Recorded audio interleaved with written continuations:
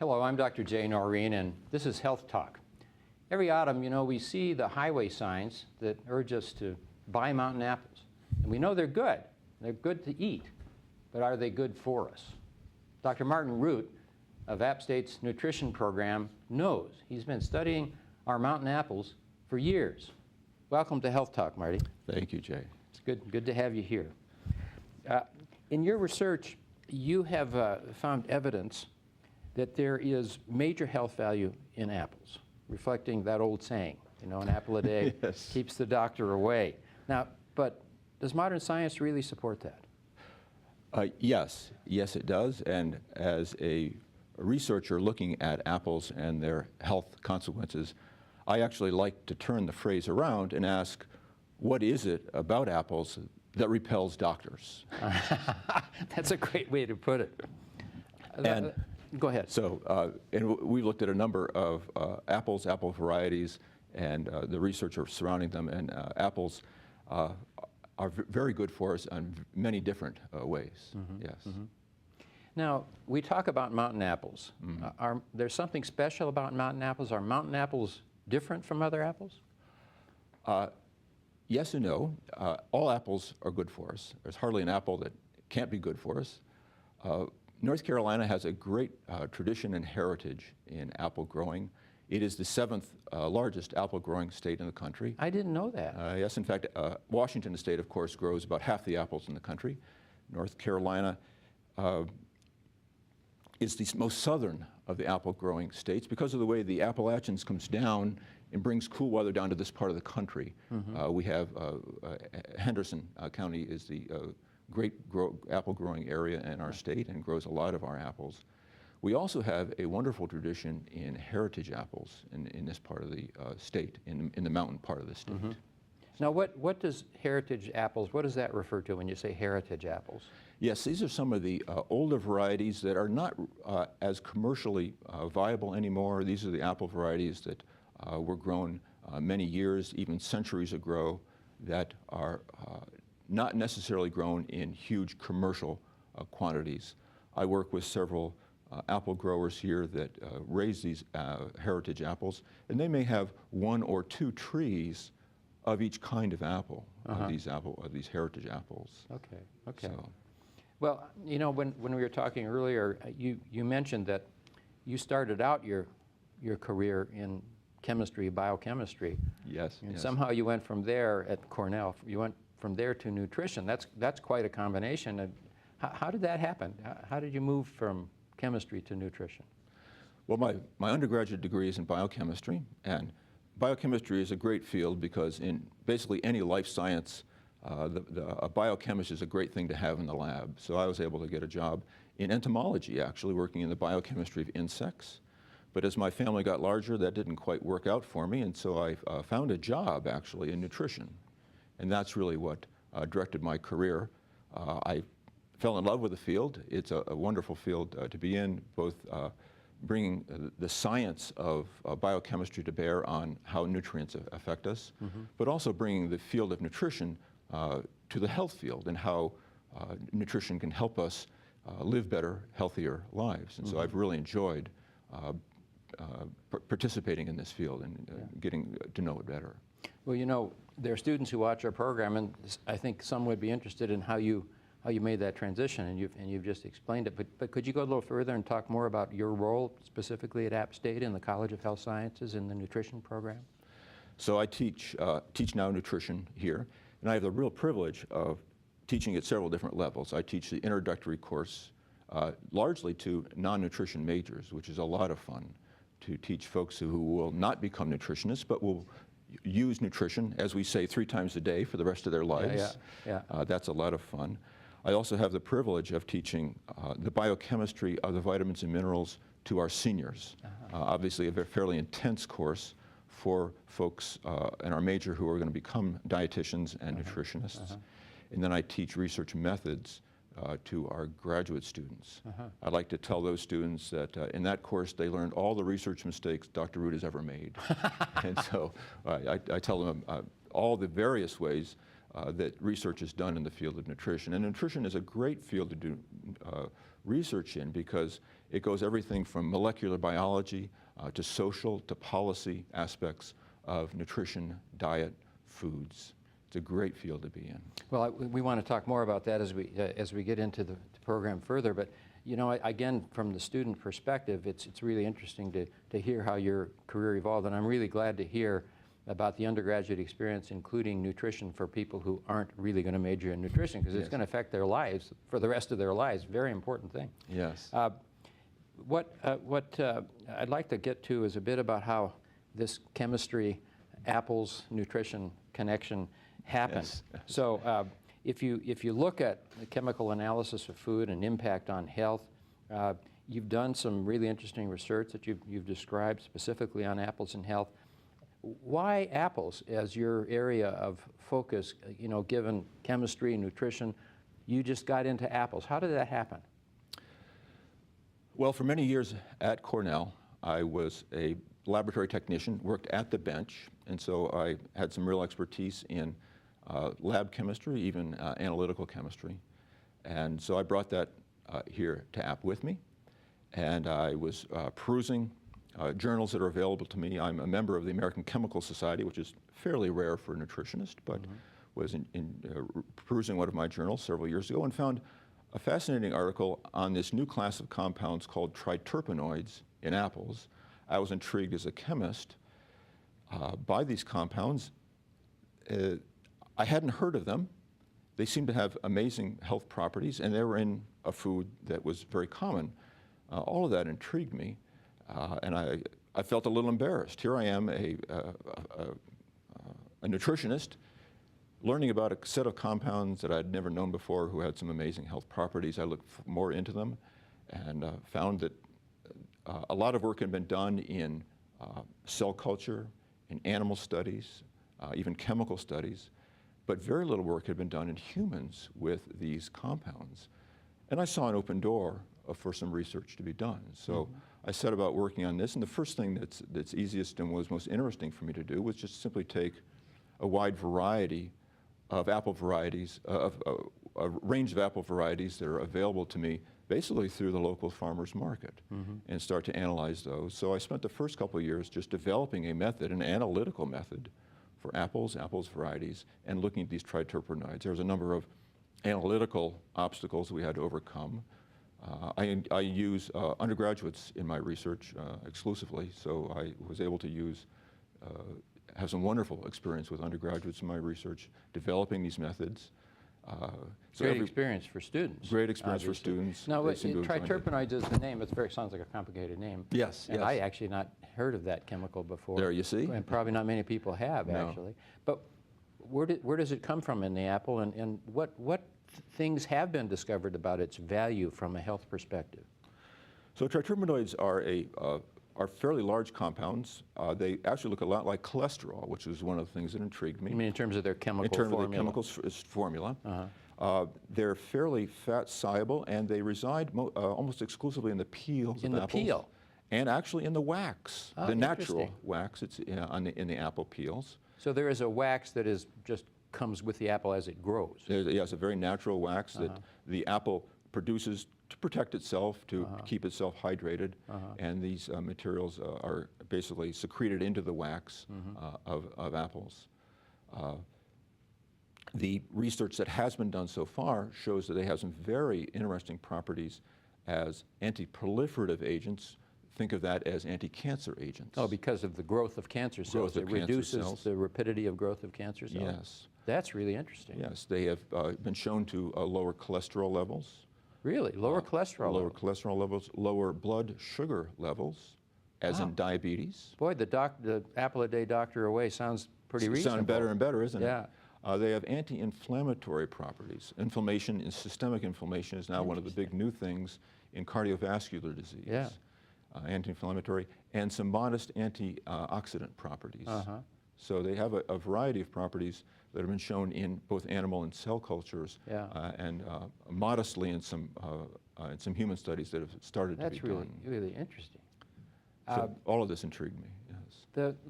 The question I have about this is this must be relatively new because it's not something you hear a lot about. the apple having those multiple, the triterpenoids and other aspects of apple, having those multiple effects. But you say there haven't been many human studies yet. No.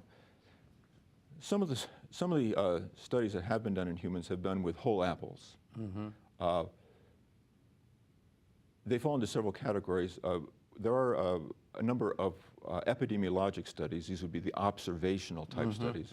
Large population studies. Large populations. So we'd go to a large group of people, basically ask them the kind of foods they're eating, including apples and other kinds of fruits and vegetables. And then we follow those people up to see what kind of diseases they develop over time. And what is found is that people who eat more fruits and vegetables, and actually people who eat more apples, tend to have lower risk of cardiovascular diseases and cancers, and even a lung disease.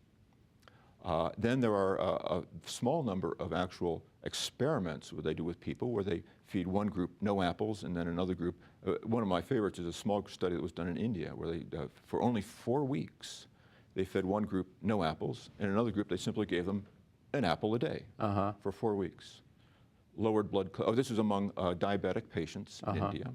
For 4 weeks, an apple a day lowered blood cholesterol, lowered the bad cholesterol, LDL cholesterol, raised the good cholesterol, HDL, which is actually quite difficult to do. You want a high and a low. Yes, that's right. the LDL, HDL cholesterol. Yeah. Yes.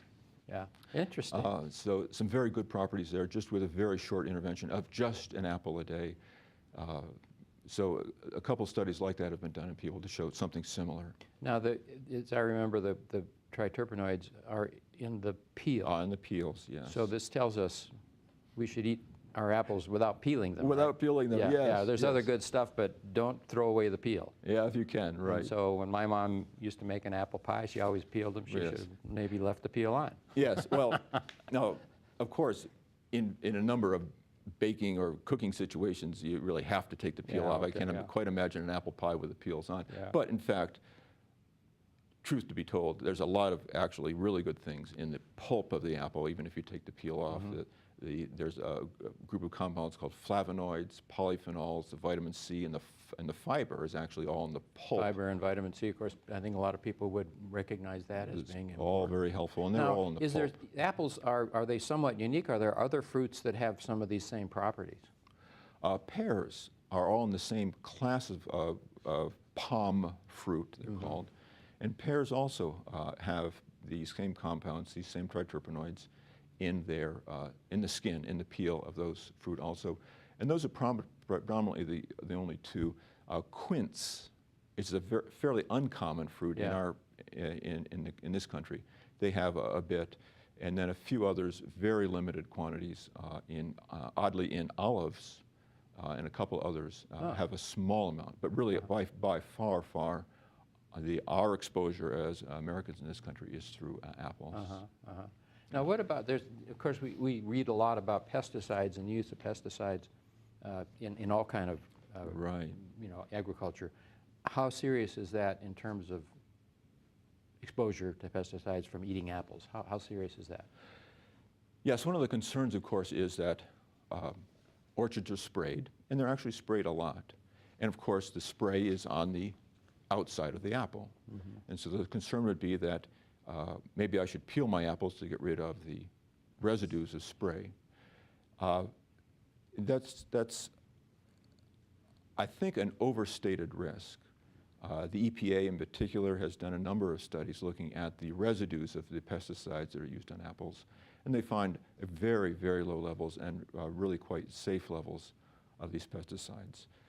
Apples have a number of pests that attack them, and without these pesticides, it would be very hard to grow apples. Even organic apples, which there is a modest market for these, and there are organic ways to grow apples, use pesticides, what we would call organic pesticides, which are really not all that friendly to the environment even themselves. And so the organic alternatives to mainstream pesticides are really not all that friendly either. So, and really the main story is that any risks, any extremely small risks there would be from the pesticides treated are far, far outweighed by the health benefits of eating an apple. Uh-huh. Well, so the take-home Absolutely. message is, of course, apples are really good for you, but Yes. don't worry so much about the pesticides because it's been studied thoroughly and the risk is pretty small based upon EPA studies. Very and much that so. you don't have to buy organics necessarily. Not necessarily. The others are just as good, if not even better. But, Yeah. okay. Now, where do you think the research, given that the triterpenoids is a relatively new thing, where do you think the research on the health value of apples will go in the future? What are some of the questions up ahead? You said human studies, of course, but what's the Yes. future of research on apple health? Well, I would like to continue looking at different apple varieties myself. One of the questions I'm thinking about is that actually most of the apples that we consume in this country cross state lines and are actually commercially waxed. Ah, And so one of the questions I have is, does the commercial waxing of apples affect the triterpenoid levels? So that's one of the things I'd be interested in doing. And really, of course, the most interesting research is, I think, for all of us is going to be the human exposure to triterpenoids and the human benefits. I'm actually right now actively trying to get a human study started for either this fall or this coming spring, looking at apples and especially apple wax or possibly apple peels and their effect on health. I'm trying to separate out the effect of the whole apple from the effect of the apple triterpenoids or the apple peel. well, you know, it's really interesting because a lot of our medicines come from plants. You know, digitalis, yes, which is a right. heart medicine, very common heart medicine, comes from a plant. Yes, And so right. you may be on the verge of finding something that could be a future medicine coming from the plant apple. Again, a lot of our sources, especially early in the development of pharmaceuticals, came from plants. So it's a very interesting kind of. Yes, that raises a very interesting point and a very challenging one. Yeah. One of the ways this kind of research often goes is, gosh, that's great, let's make a pill out of it. Yeah, yeah. And as a food chemist and nutritionist, we like to say foods first. And apples and whole apples have so many things in them that we don't necessarily know about that seem to be good for us. And we've learned this over time. We, at one point in our history, basically late 20th century, we learned about all the nutrients that were in foods. And we said, gosh, these are great for us, you know, wonderful. Then as the evolution of nutritional research went on, we started learning about phytochemicals in foods. And we found out that the chemicals in foods beyond the nutrients seem to have wonderful benefits for us. And yet one more reason for eating whole foods and not simply extracting out one or more chemical and putting Well, it in a pill. this gets to the broader question, which I know you deal with in your nutrition teaching and everything, beyond apples, and that is, what about advice on diet and food in general from a health perspective? What are some of the basic suggestions, recommendations you make, for example, for your undergraduate students who are not nutrition majors and you want to teach them how to be, you know, careful and healthy in their diet? What are the main sort of basic rules that you provide typically? Well, often people will say to me and to other nutritionists, well, the media seems to be going back and forth all the time. I just can't trust nutritional information. Exactly, yeah. But the basics have been there for a long time. And the basics are, and have always been, fruits, vegetables, whole grains, legumes, fiber-containing foods. These have always been healthy. There's never been a doubt about them. And so while this may not be like sexy advice, this may not be the newest and greatest advice, this has always been the best thing to eat. Lots of fruits and vegetables. And Americans have always been deficient in these. We eat about half the fruits and vegetables per day that we should be eating. We get about half the fiber we should per day. And we're seeing the effect in obesity, overweight and obesity in our country and in our children. So this is not surprising that we're seeing this input, which is wrong, and this output, which is wrong in our population. And one of the things that comes up frequently in the general media is the risks of so-called processed foods. How would you describe what that really means, processed foods, for the buyer who's going to the grocery store? Processed foods is a very large category. Yeah. Anytime you peel a carrot, you've processed it. Yeah. Right? Yeah. and a Kit Kat bar is processed. So somewhere but along that spectrum, we have all of our processed foods. Processed foods are something we love to hate, and but we really can't do without them. Yeah.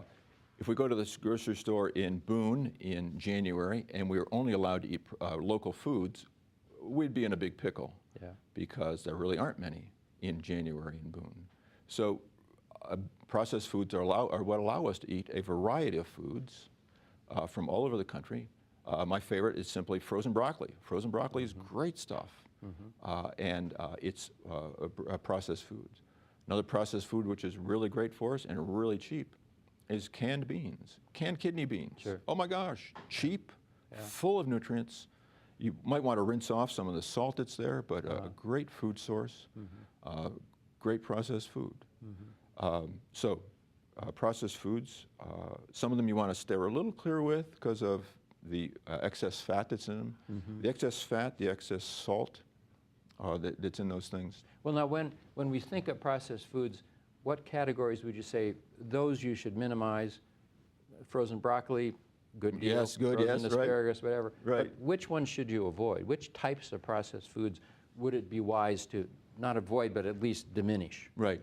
So the kind of processing that concerns me as a nutritionist is the ones that take out fiber in particular and fiber-containing components. So you see that a fair amount.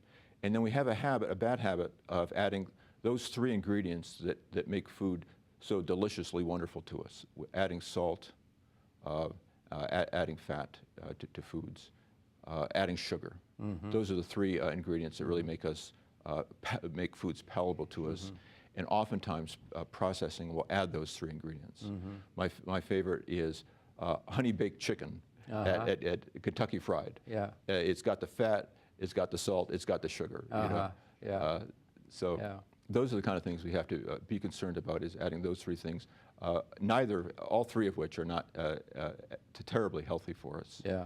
And looking for those that are nutrient dense. You know, think about a piece of kale, full of nutrients, full of wonderful things, almost no calories at all to it. That's the kind of thing we could be looking for. So it gets to that basic rule: every day try to eat 5 or 6 sum of vegetables and fruits, adding up to 5 or 6. Adding 5 or 6 servings of fruits and vegetables. And even if they're frozen. Yes, even if they're absolutely. Frozen. But processed meats, salami, bacon, that's the kind of processing you want to avoid? Is that, Yes, that's right. Is that reasonable? I mean, that's what you kind of read typically. Right, and the WHO very sensibly has just announced that processed meats are a carcinogen. Yeah. Most notably for colon cancer. This would be the bologna, bacon, sausage, hot dogs, this group. So you want to minimize those. Minimize, not eliminate, but minimize. Yes, I mean, and minimize, you'll notice I haven't mentioned red meat yet. Minimizing red meat and going to more vegetable sources of protein is definitely a healthier way to go. well, there's this thing called the Harvard Healthy Plate. Yes, right. Which shows you, and you can get it online, those of who want to just look at the Harvard Healthy Plate, and it shows you a plate, and it shows the proportion of fruits and vegetables and what kinds of meat, and it puts meat in a smaller category than at least I grew up being used to. Yes. Is that a reasonable sort of indicator of how you can eat a healthier balance? Yes. In fact, that small portion is actually not even labeled meat anymore. It's labeled protein. Oh, yes. Yes, yeah. isn't that interesting? Yeah. And that was actually quite a bit of news to us nutritionists, and we really like that. So that could be beans and a variety of other proteins. There what you are go. some other protein sources besides meat for the general public? What are the really good protein sources? My favorite is the legumes. Not only are legumes a great protein source, but they happen to be rich in a number of the B vitamins and minerals, great fiber, and great carbohydrates. It's like they're almost the perfect food source right there in one. And when we talk about legumes, we're talking about the dried beans, basically. The kidney beans, the black beans, the soybeans, all of these dried beans that we can eat are all in that category. And think of all the wonderful dishes we already know how to cook with those things. There's a lot of them out there. Well, we're going to run out of time before we get into as much of the big nutritional suggestions and guidelines that we should think about doing this another time and talk about the broader nutrition issues and maybe talk a little more about triterpenoids too as the research evolves, because the apple discussion is fantastic, and the apple a day keeps the doctor away sounds like it's pretty valid. But when we do get to the broader nutritional issues, we didn't get into the big question of calories. And of course, that's a big issue. What's kind of your general summary about how to be careful about calories when you're talking to the undergraduates and trying to get across to them the importance of the caloric intake? Very, very challenging question. Getting an appropriate balance of calories in America is a very difficult challenge and could and should be addressed at a number of levels. It's so simple to say, put down the fork, you know, just don't eat as many calories. But there are so many levels at which that is, at which it's more complicated than that. The issues of appetite, the issues of social issues, the issues of what we see on what the media is telling us. Yeah. That it's a very, very complicated issue. Well, I think, Marty, we need to come back to this another time, because we haven't gotten into the calorie issue, let alone a number of other things. And I think people are always thinking about food in an enjoyable way. At least 3 times a day, right? Exactly, and often more. Oh, often more. You know, the evening snack. And so we need to come back to it another time. It's been delightful. Thanks very much for being here. Oh, it's been a pleasure, Jay. Thank you. Well, that's our program for this week. If you have questions or comments, you can contact us at watchapptv.com. And please join us again for Health Talk here on App TV. I'm Jay Noreen.